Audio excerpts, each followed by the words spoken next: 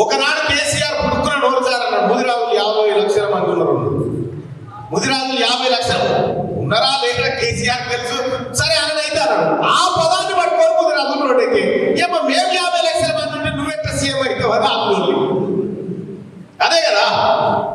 అంటే లెక్కలు బయటికి వచ్చినప్పుడు భావం కూడా బయటికి వస్తుంది. లెక్కలు బయటికి రానంతసేపు మనము మురుగు బొక్కల కానే ఉంటాం. దయచేసి ఇక్కడ ఎవరన్నారు వాస్తవాన్ని కూడా చెప్పండి. బీసీలు తమంతట తాము ఎదగడానికి ఏ వర్గం అడ్డుపడ్డదా? రెడ్డిలో వద్దన్నారా? వెలమలో వద్దన్నారా? ఇంకెవరైనా వద్దన్నారా? మీరు మీ అంతా మీరు డెవలప్ అవడానికి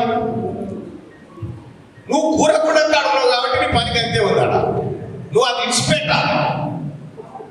అది ఇడిచిపెట్టి చైతన్యవంతం కావాలి.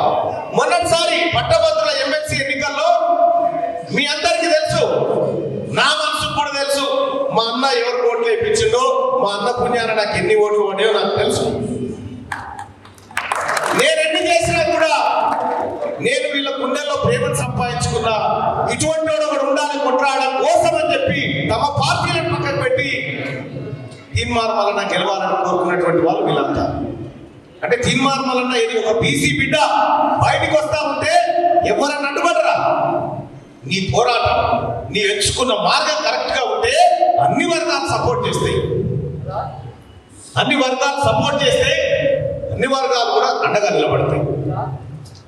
ప్రతిసారి నీ జియో ఫోనే నేను పనిచేయలేదా? అయితే మనం కూడా చైతన్యవంతం కావాలి. ఎట్లా చైతన్యవంతం అవుతామంటే నడుస్తున్న రాజకీయాలను గమనించాలి. గడిచిన గతాన్ని కూడా గమనిస్తూ ఉంటే మనం యోగం చెప్తా ఉన్నా, వేణుకు చెప్తా ఉన్నా, వేణు నువ్వు చాలా కష్టపడాల్సిన అవసరం ఉంది.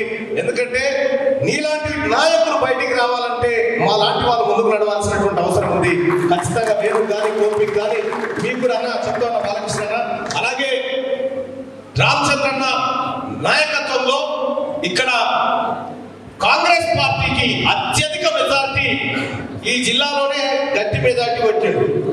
గట్టి మెజార్టీ.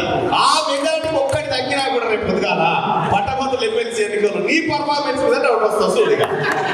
దయచేసి నేనైతే చెప్తా ఉన్నా, ఇక పూర్తి బాధ్యత అంతా ఈ నియోజకవర్గం పూర్తి బాధ్యత అన్నగారి ఆశీస్సులు అన్ని పట్టభద్రుల ఎమ్మెల్సీ ఎన్నికల్లో కాంగ్రెస్ పార్టీ పైన విస్తృతంగా ఉండాలని వెళ్ళన్న ఆలోచనలు కూడా ఈ ప్రాంతం పైన పూర్తిగా మీరు ఒక కన్నేసి పెట్టాలని దయచేసి విజ్ఞప్తి చేస్తూ అవకాశాన్ని ఇచ్చినటువంటి వేణుకు అలాగే మిగతా మిత్రులకు ధన్యవాదాలు తెలియజేసుకుంటూ జై